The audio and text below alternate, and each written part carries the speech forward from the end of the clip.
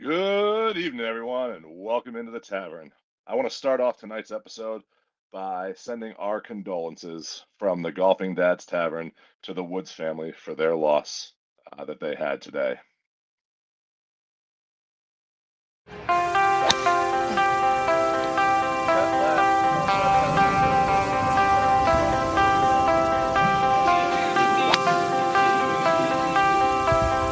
Last week, I think he's back to form.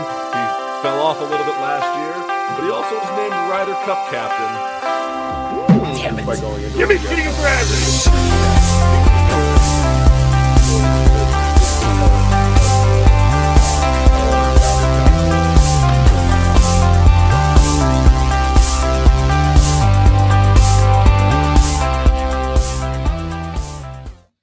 Well, I took a week off, everybody.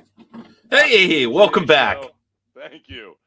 I am back. I'm ready to go. I want to think what everyone thinks of our Season 3 intro. Last week was our official kickoff of Season 3. We announced some fun stuff at the PGA Show. So if you've watched those episodes, we're going to start streaming on Apple Podcast and on StreamYard.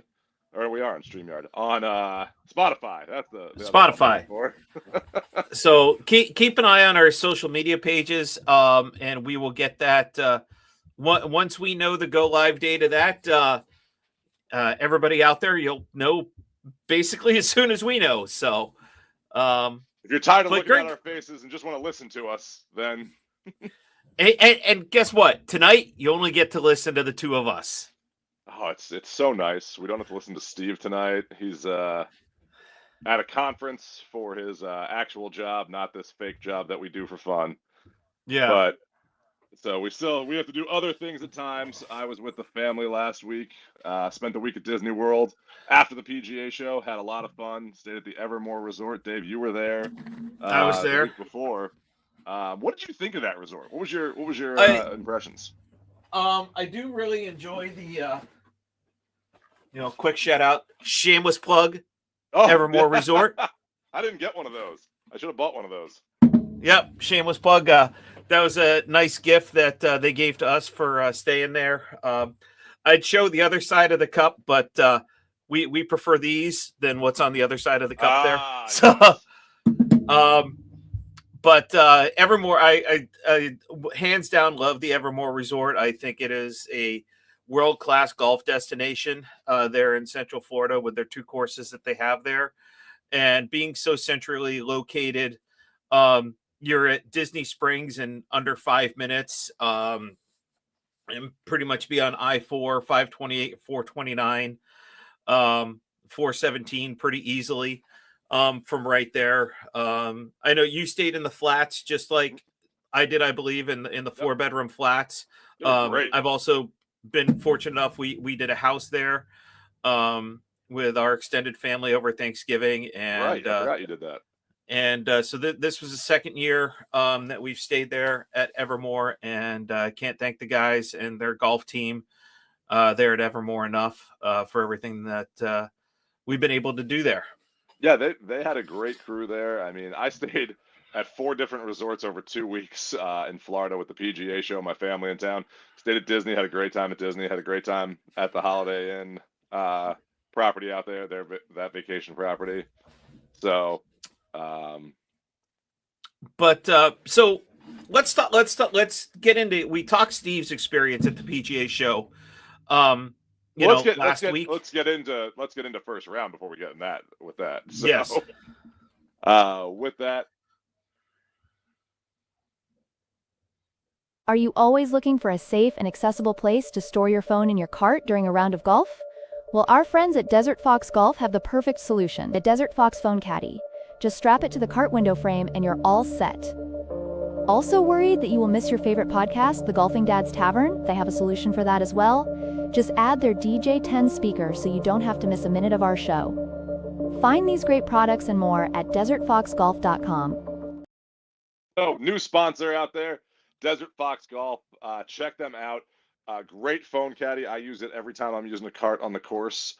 You can now also connect it to your push cart as well. So Yes. if you need a place for your phone and this speaker, did Steve tell you last week what we did with this speaker? He did not. Oh, when you so combine. we paired. Yeah. We paired them. We're trying to convince Desert Fox to make it so we can pair 4 of them and have surround sound in the carts for the ultimate experience. But right now you can pair them together. But here's the thing: you really shouldn't have 4 golf carts out at the. We're not in COVID golf anymore. You shouldn't have 4 golf carts paired up together anymore. No, not paired up. I'm saying 4 in one cart. So it's 4 in. Oh, okay. I got you. I got you. 4 speakers in one cart. We had 2 in one cart. So Steve had his and I had mine. We paired them together. It all played off of my phone. It was fantastic. And I tell you what, I sent you pictures of mine. I had mine. This magnet.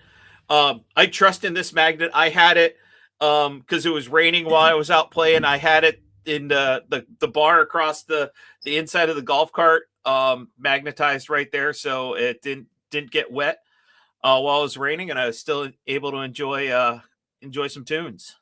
No, yeah, it's fantastic. And if you haven't seen Steve's video, if you suffer from I forget to charge my speaker, they have a cord connected to it in the bottom. It is a great product, so check them out at Desert Fox.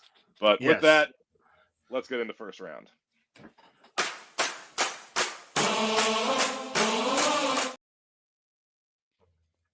So last week we had it was the Dave and Steve show.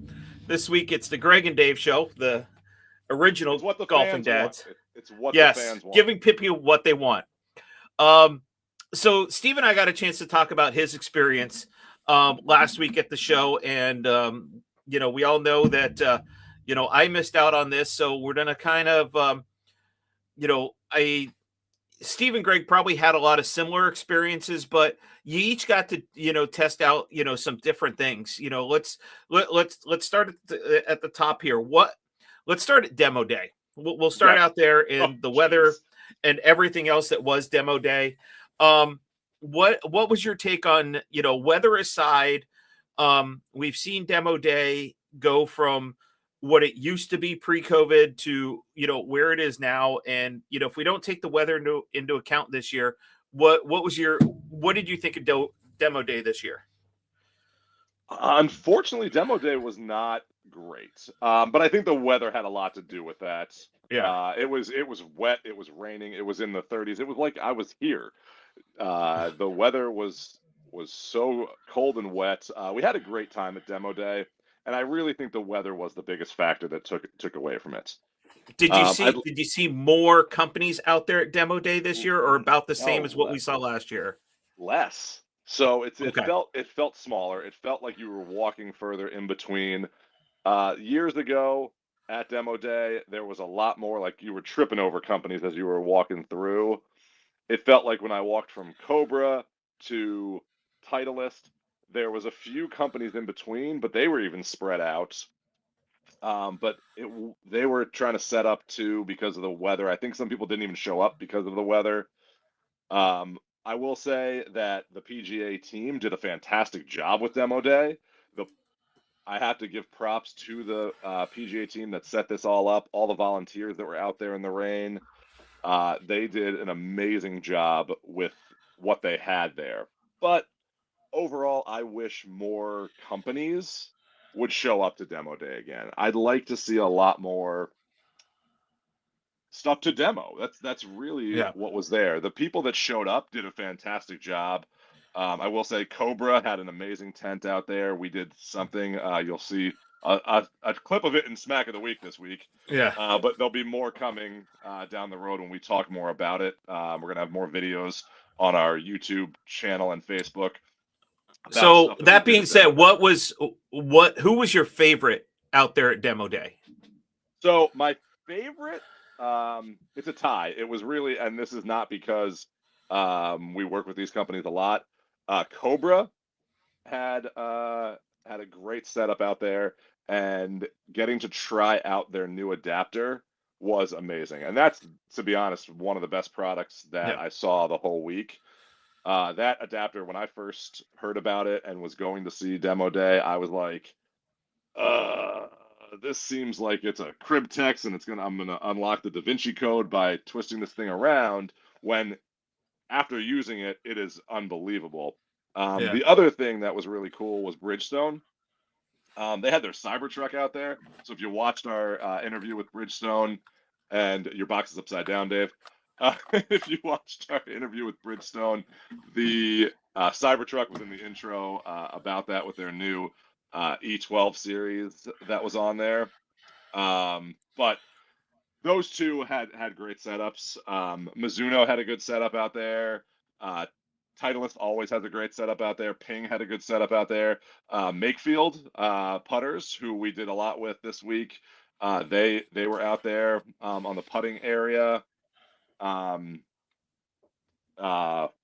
Flight Scope with their Yep. Mevo was out there. They had a fun setup, but the thing that everyone was crowding under tents.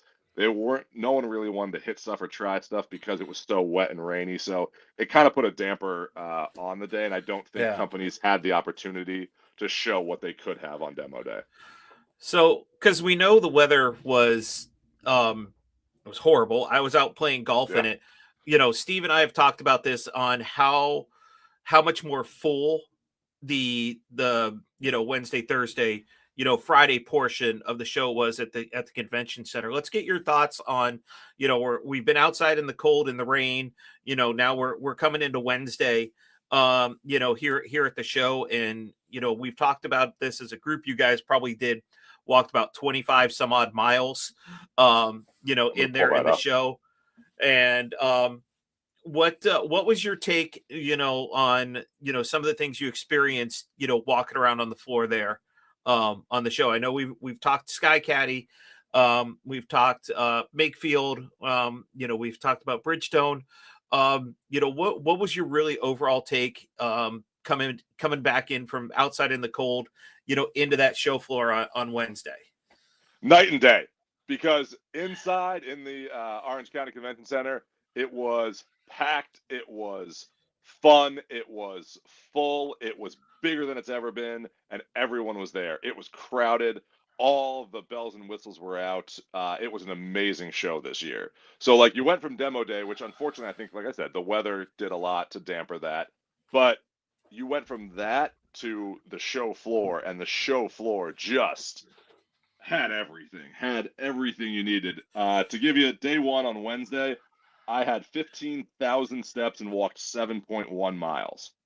Yeah. Like, it was unbelievable how much walking there was. They opened up so much more. So, Dave, you remember from last year where Dormy was? Yeah.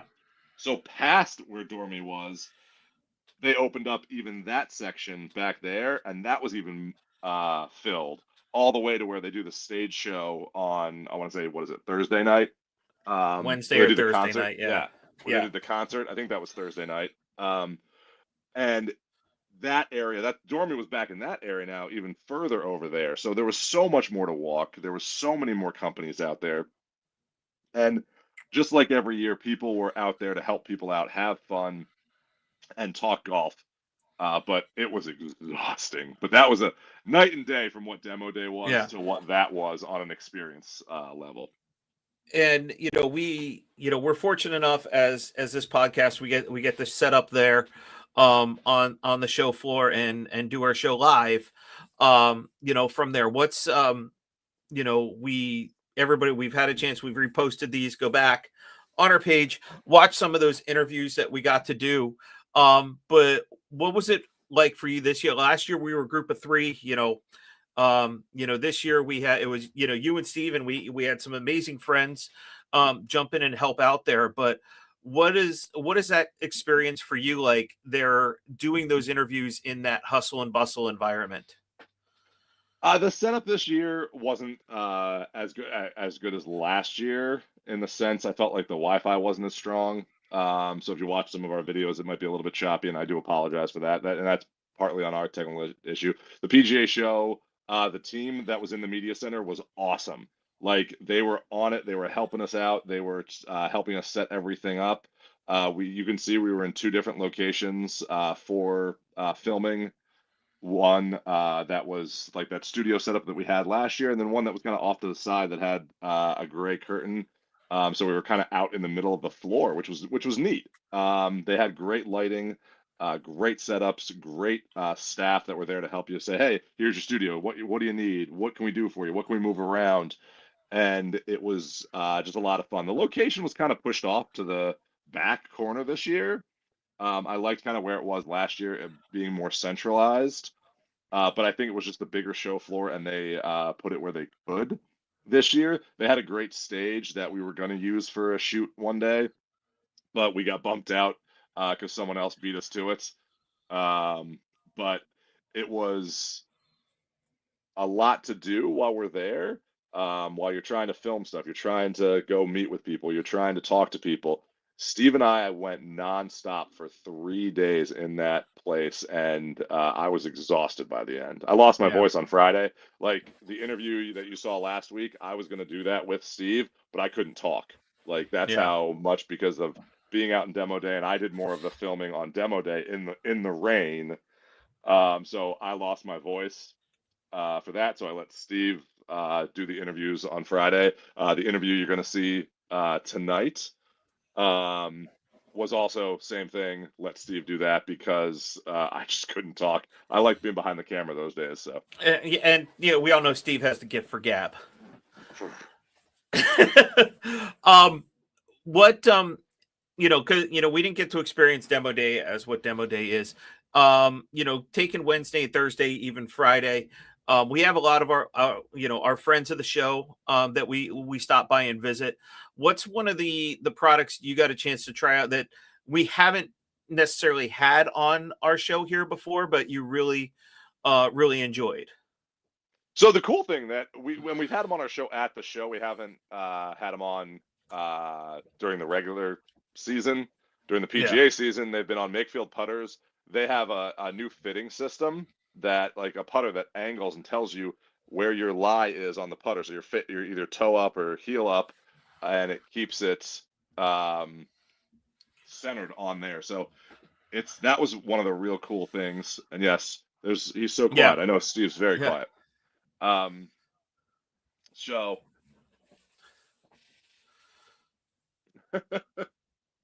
yeah. But the Makefield putters, that was kind of cool. And we've had them on our show before. The Sky Track new tags that Steve did some testing with there. Those were really cool to have on there. One of the cool things that was at the show that has nothing to do with golf was the glizzies, these hot dogs that were beef brisket hot dogs with Carolina gold sauce and cheese and onions. That I don't like a lot of stuff on my hot dogs, but all of that was unbelievable.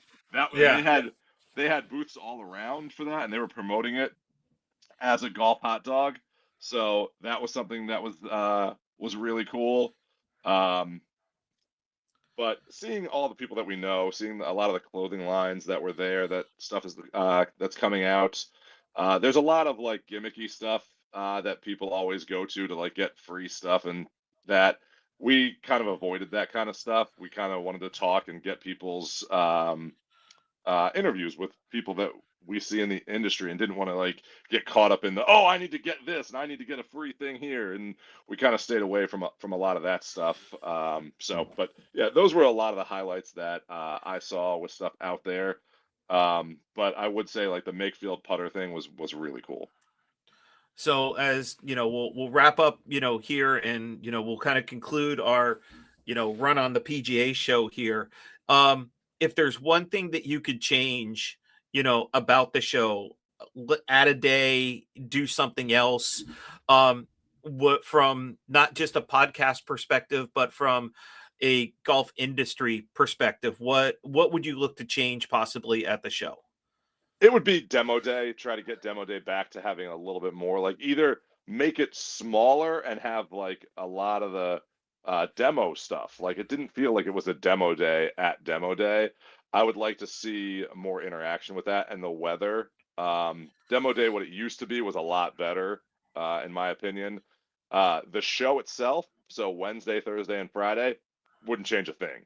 that was fantastic. It's growing. It's back. The industry is back. So that was awesome. Do you think it would be possible, because you could hear the hitting behind us in our podcast? They have that giant area. Yep. We all love Orange County National, and this is not a knock on Orange County National at all. The volunteers and the staff out there are outstanding. I played it twice while I was there. But do you think it's possible if demo day could be moved from Orange County National to that inside location at the convention center? Or do you think there's probably too much setup going on that Tuesday with all the other vendors to have this swarm of people coming in?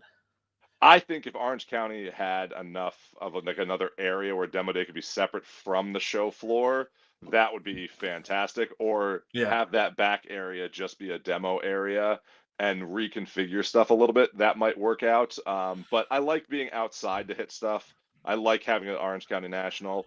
I would just like to see it grow back a little bit more, because I just feel like I feel the PGA has kind of just said, hey, this isn't as popular anymore, so we're not going to put as much into it. So but yeah, it's one of those things. We as podcasters, we enjoy the show, not only seeing our friends out there, but getting to meet a lot of great and new interesting brands, and we hope to have some more surprises coming for you guys down the road. Here I know Greg and Steve really worked their tails off for all of that, and kudos to them. And hopefully their hard work pays some dividends for us down the road here. Well, I hope it does too. But we're going to go into Smack of the Week a little early this week, because I want to show this. I think so, yeah. It's going to give you a glimpse of what demo day kind of was. So let's get into Steve's favorite segment.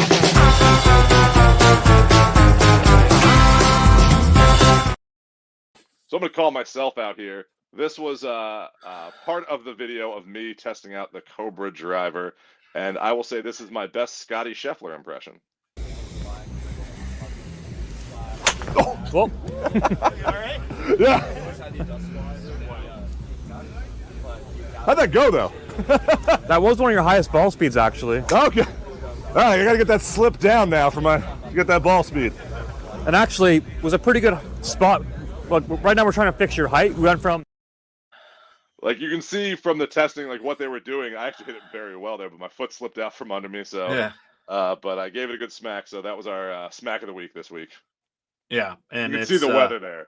Yeah, the weather was unnecessarily evil, for that week. So, kudos. We talked about one. I want to get your opinion here before Bridgestone Smack of the Week here. I talked to Steve about this last week. You and I, all three of us, have been big fans of the BRX, and they just came out in the E Series. Here I have one left here for my E12 straight. We're big fans of the Bridgestone ball. We're really big fans of the BRX. Let me get your opinion on the Bridgestone mindset here in the E Series. So I think it's the right progression of what they're doing here. I love that it's going into the E Series now. I'm still going to use the B Series because that fits my game a little bit better. But I think it's a bad camera angle, but there's a huge difference in the dimple pattern. Yeah, and that's just the design of the ball to help the average golfer, and that's where I think the B Series. I think the mindset will help the average golfer, and we did a lot. We went to a lot of stuff with Bridgestone where they explained a lot behind the mindset, and it helps the average golfer a lot more than it helps the lower handicap golfer. It does help the lower handicap golfer, and I love it. But that middle range golfer is perfect for, and the E Series is perfect for them. So if you're looking for a new golf ball and you're looking to help your putting and your game mentally, check out the E Series and the mindset. So, and you and I got a chance to play on Saturday, me, you, and your dad, and you had given me the E Series straight to try out. And what was your opinion of me playing the E Series? It was kind of like my opinion of me with the new Cobra Adapt driver. It straightened out your flight, and I thought you played a lot better than I've seen in a while. And I kind of think that you wish you had it the week prior. The week prior, playing in the Yep. Hawkeye Cup, yeah. Yep. I trust me, I went through enough of my B series, and I really loved it. But Greg had given me a sleeve of the E12 straight, and I do play my left to right ball quite a bit. I lost one on we were playing at Orange Lake, and I lost one on the par 3 third hole. Ball just didn't come back, and then I lost one on the par 5 on the fourth hole, and I played the third ball from hole 6 all the way through the end, and it's this ball sitting right here. So it was definitely a big adjustment to my game right there. It was it's great. So like I said, for the three of us that are on the show, I think we show a good range of the golf balls that they have now with the mindset, and I think it really helps out all of us in different ways. So yeah, check them out. But with that, let's get into happy hour. I want to be here, right?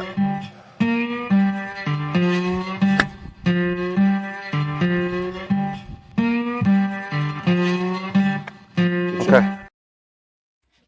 So we know Steve's not here with us this week. Virtual Steve will be hosting happy hour here. We filmed this at the PGA Show in one of the media rooms up there. So we'll let Steve take this away. Hey everybody, it's Steve from the Tavern. I am here with Mike Klemme from Golf as Life. Mike, what is that? Well, we're developing photographic products. I've photographed golf courses for 40 years all over the world, and I have a huge library of images. We're working with the National Golf Foundation. They're kind of our promotional partner to sell various sizes of prints in fabric, metal, and original photographic prints. Awesome. We're also working on a book project with Steve Pike, and we're going to do my images with stories from golfers all over the world. Heartfelt and hilarious. You know, I think as we talk about our podcast and the podcast that we do, one of the cool things that we talk about are the stories. So being able to tell that story, I'm going to ask, what's your favorite golf course you've ever filmed? Oh, Cypress Point. The views there are amazing. You know, it's funny, people ask me that all the time, and I always give that same answer. It's just an unbelievable experience. Yeah. When you look at and you talk about these pictures and you draw in a picture, my wife joked when we got married, and I will tell you the story. I had a painting of 12 at Augusta above my bed. When we got married, it stayed there, and she said, I never thought that there'd be a painting of a golf hole above my bed after I got married. We're fighting that trend. We're fighting that trend. We really are as golfers. When you look at the pictures that you've taken, and obviously places like Augusta are just second to none from a photographic standpoint. No doubt. What's the one thing you look for in taking that picture? I want people to see it from the golfer's angle. Okay.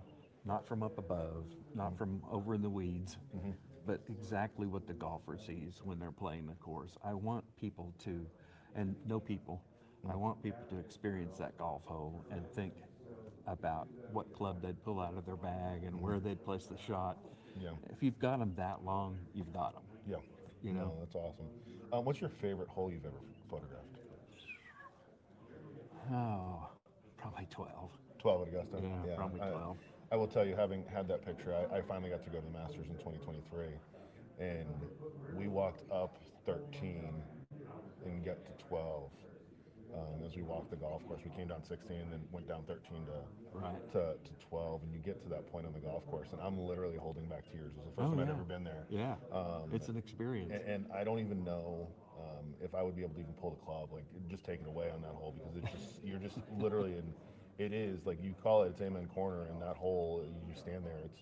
It's such a pretty piece of property that literally no one could design today. Yeah, the first time I was there, I walked over to 10T, and then down the grade, and then back up to the 11th tee, and Arnie, Jack, and Gary were standing there on the 11th tee, and I kind of had the same feeling you did. Man.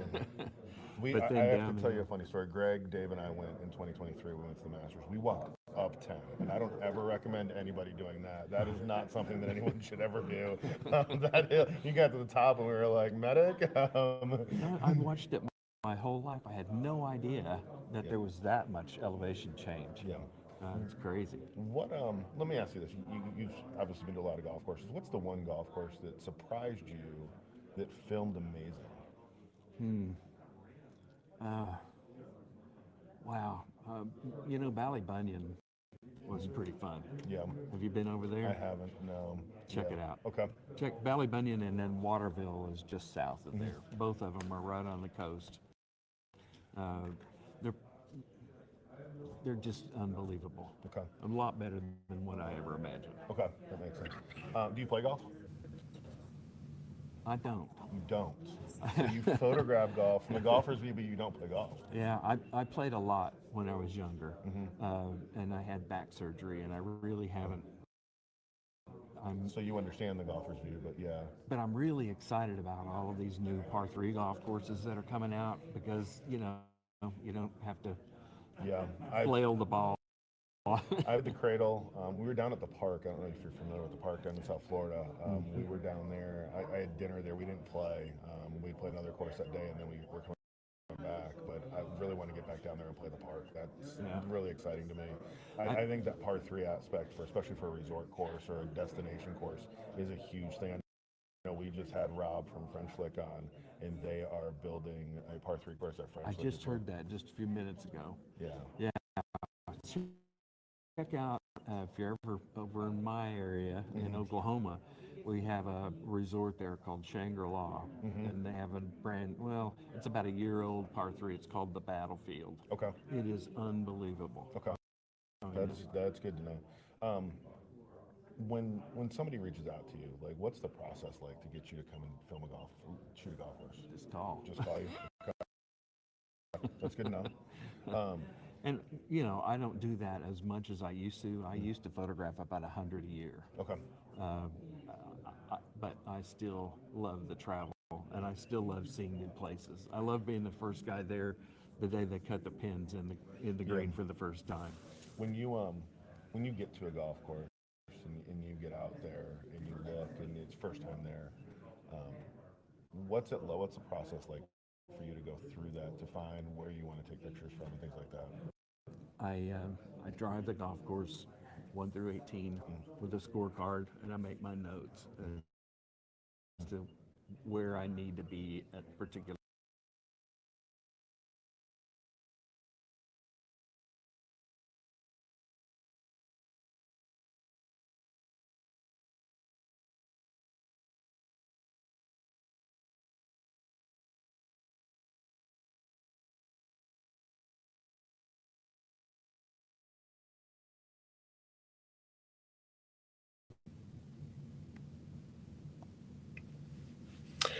Hey, Dave, we're back on in a different manner here.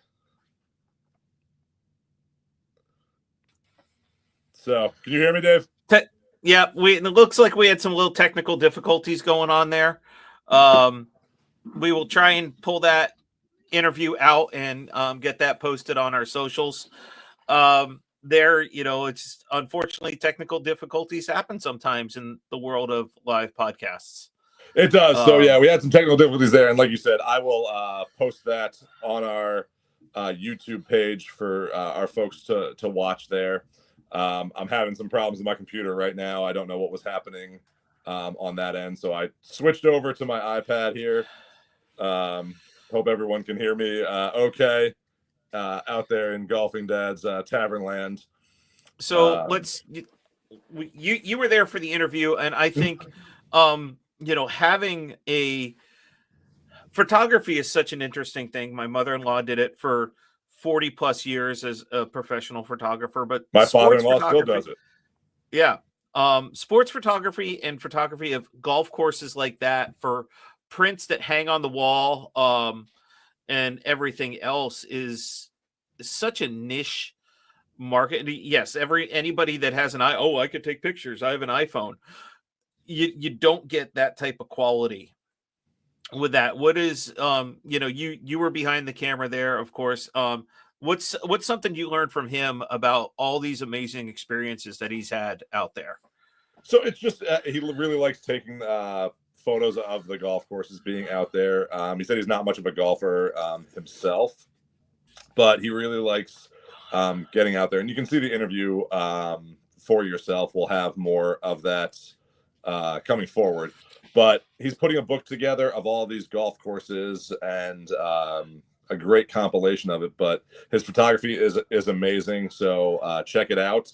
When the book comes out, we'll post some stuff on that as well. But I'll leave it up to the interview, and we will tag that video on our YouTube page so that you all can see that video. I do apologize again that we were having the technical difficulties with that video on there. So, but this is what happens when you're live media and stuff goes wrong. I was trying to fix it on the back end, but it kept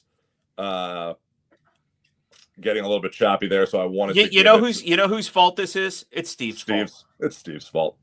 But I wanted to give it the attention it deserves. So that's why I kind of switched over to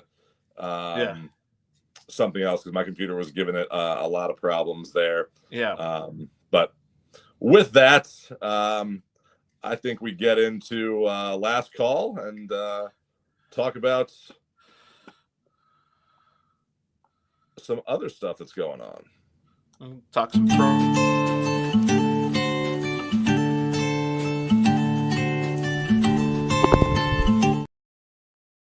So I just realized something interesting. I switched to my iPad. So I'm on my iPad. I'm streaming from my iPad.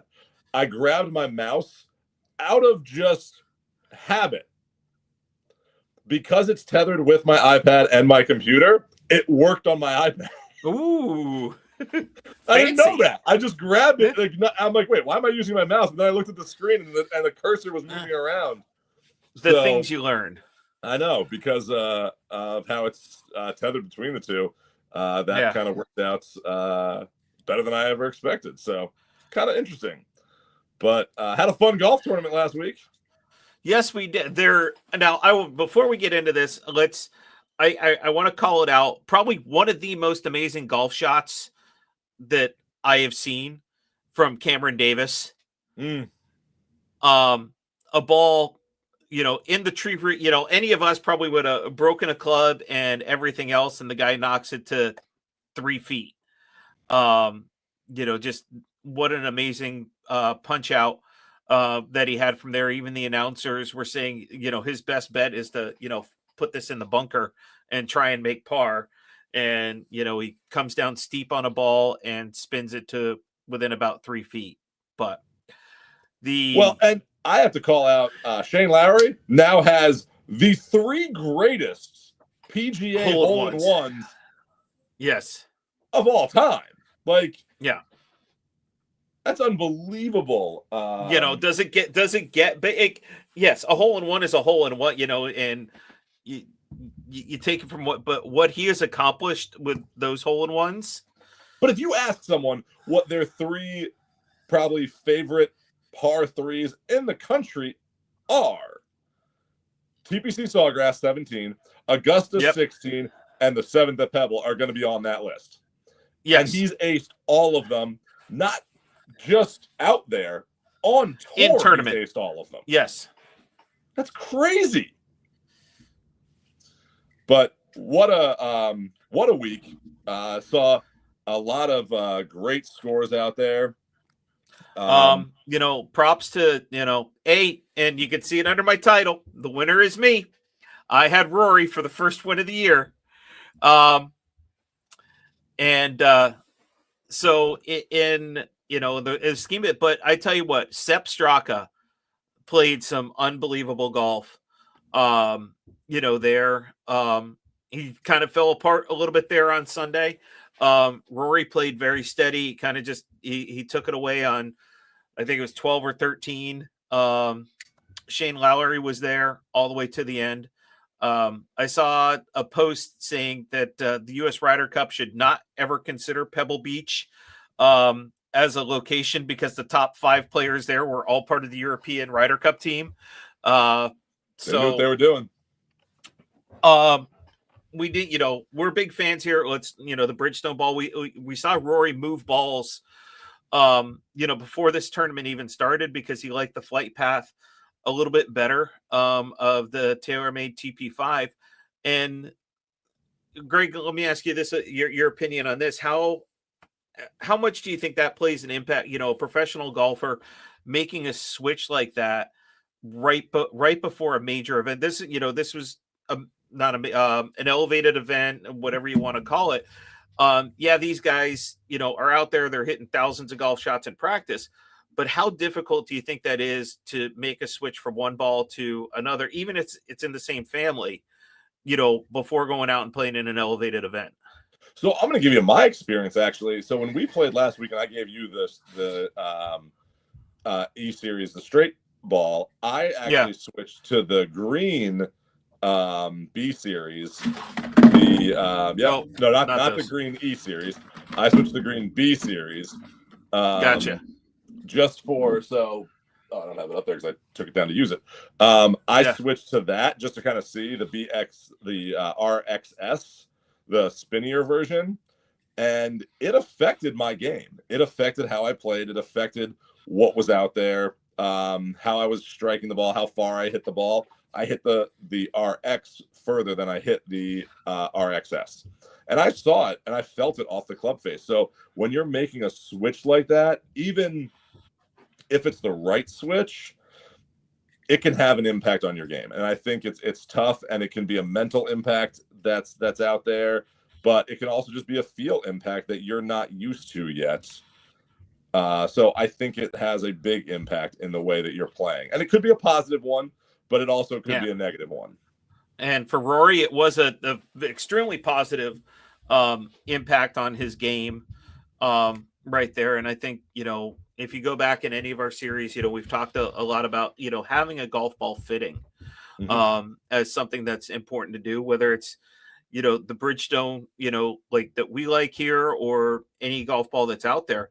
Finding the right golf ball for your game makes a whole big of a difference. Like I said, I would have this E12 series, if I would have had that in the rain and everything, I don't think it would have helped my scores. I probably still would have finished dead last, but I may have been closer. But I will say, it was, like I said, when I made my switch, I just did it out of curiosity, and I could feel the difference. But when I switched to the RX, when we first went to these mindset golf balls, I saw the positive, like what Rory saw out there. So you got to get fit, like you said, Dave. You got to find the golf ball that's right for you, because most people just think, oh, I can use any golf ball. A golf ball is a golf ball is a golf ball. It's not. Get fit for a golf ball. Find a golf ball that works for your game. And it's amazing as golfers that, and I've mentioned this to you guys. It's, we'll go out and we'll spend hundreds of dollars or $50 on a dozen of balls. But you go out there and you're in the woods, and I'm like, oh, look, I found one. Oh, this looks pretty nice. I'll throw this in my bag and play this later on. And is that the best thing to do? No, but we're golfers, and when you find free stuff out on the golf course, you're going to take it. Oh, 100%. You gotta have those overwater balls and the balls that you're just going to hit for fun out there, like the second shot. That's always better. Yeah. But with that, I think let's get into odds with Dave.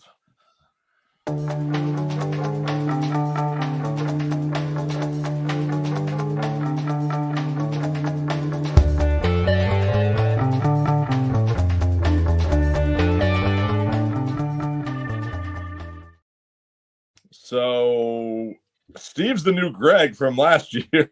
Yes. So let's just take a look at our overall standings. Yes, we missed the Farmers Insurance Open, and last year we missed the Farmers Insurance Open too.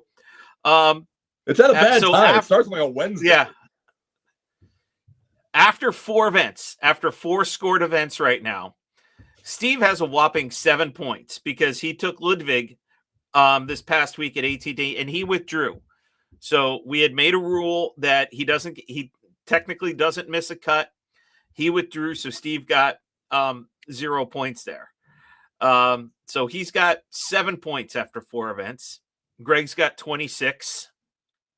I have 60.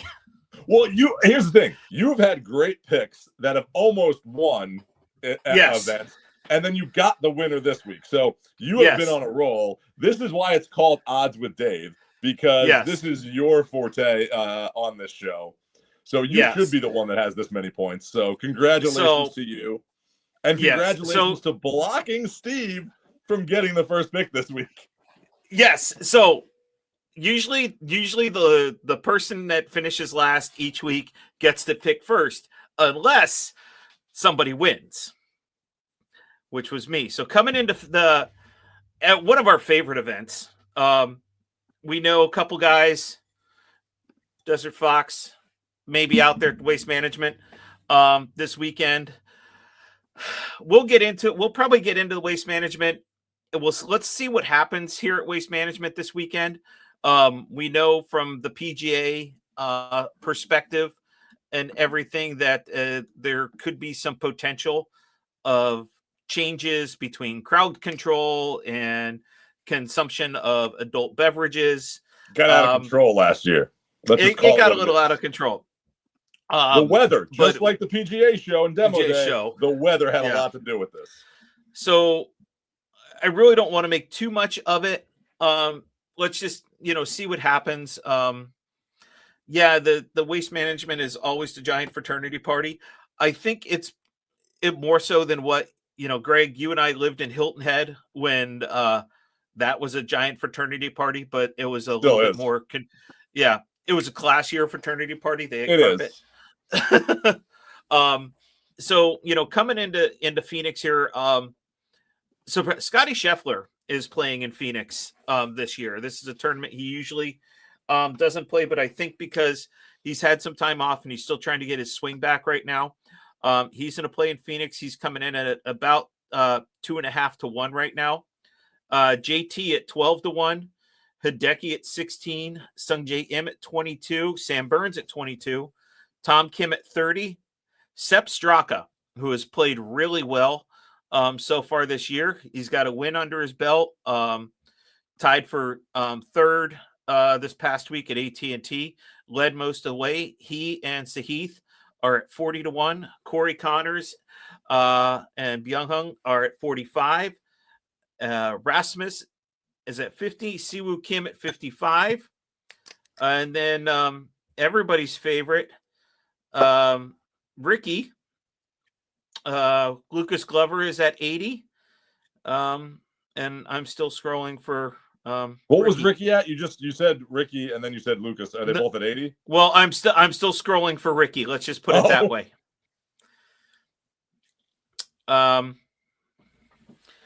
He can't be that far down. Wow. Oh, Ricky Fowler, he is 70 to 1. Okay. Max Homa at 80 to 1. Okay. Max Homa may have some knee issues after he took a plastic golf club from his daughter to the knee earlier today. So that being said, I have first pick this week. I am not taking Scotty. Oh, we had this discussion because Steve's not here and Steve needed to make a pick. Greg and Steve both know who I'm taking. He's a member of Jupiter Golf Links. He can roll putts in like nobody else, and he had a great week at AT&T. Taking Tom Kim. I think that's a great pick. To be honest, I think that had you not taken him, and Rory not won this week, that's probably who my pick would have been. But I dropped the third this week in picks because I came in second, and you got the win. So I lose out on that one. That probably would have been my pick for that. So with that, let's bring in Virtual Steve. Hey everybody, it's Steve. Sorry I can't be there tonight. I am enjoying the views here at a conference for work. Just want to let you know, hope you enjoyed Smack of the Week. And my pick for this week, thank you Dave for not taking him, is going to be Scotty Scheffler. Let's hope I can get back into this thing. See ya. I gotta say, I like having that new, like, where I can put it in the middle there, like he's here. Yeah. Greg and I don't think Steve can get back into this, but it's a long season. And Steve is the new Greg right now. So Steve's taking Scotty. We'll see what happens, how Scotty handles waste management. He's Scotty Scheffler. He's the world #1 for a reason. His game looked really good at AT&T, even getting up and down from down in the rocks and the beach there. So let's see how he plays here at Waste Management. And I'm sure there's going to be a lot of people on 16 there losing their minds when he comes up to the tee. So that leaves my pick. That leaves your pick. Are you going to take JT? No, I'm not going to take JT. So I'm going to go out on a limb this week with the Waste Management, with being the rowdy crowds that are still going to be there. It's still going to be what it has been. I think it's going to be subdued a little bit, but I don't think it's going to be boring. Like, it's not going to be like they are going to handcuff everything that's there. I think it's still going to be a fun event. I think people are going to get up, and I'm hoping that inspires this person, because they had a great season before. They had last season, they kind of had some struggles, but at the end of the year, they started doing a little bit better. And I just asked you about him, and I said his name by mistake.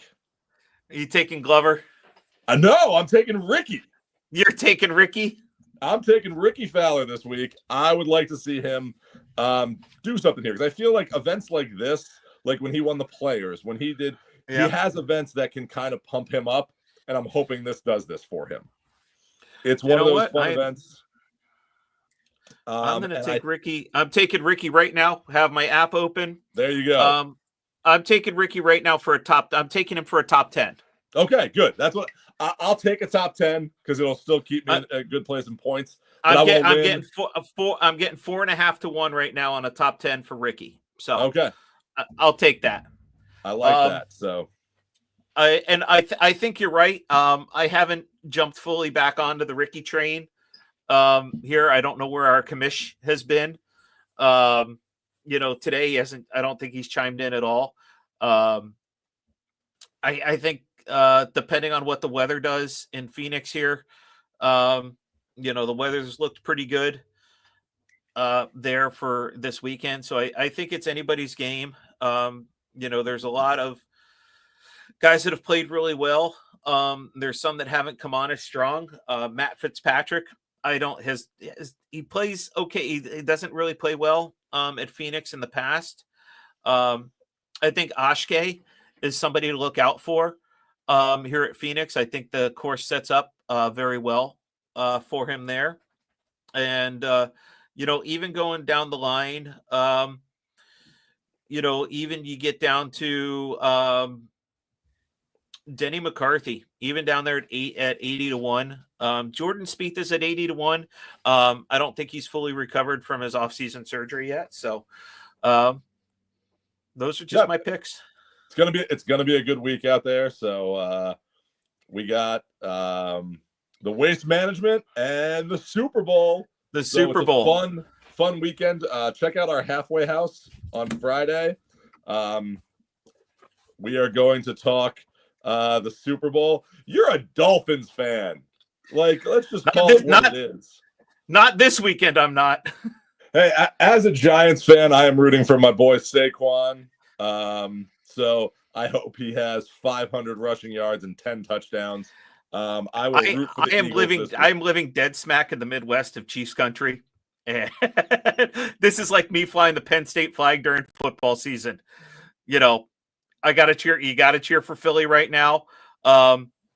Check out Desert Fox's social media page. They had a poll going for the Super Bowl, and our buddy Scott, the Penn State alumni, with the Fly Eagles Fly right there. So I think with that, check us out. Go back. We'll get that interview posted up and tune in later this week on Friday for the halfway house. I'm really fortunate, man. I mean, I have an opportunity to build something that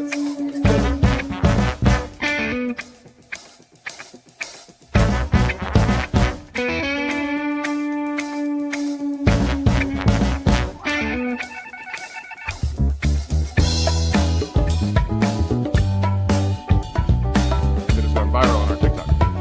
That somebody was commenting about playing with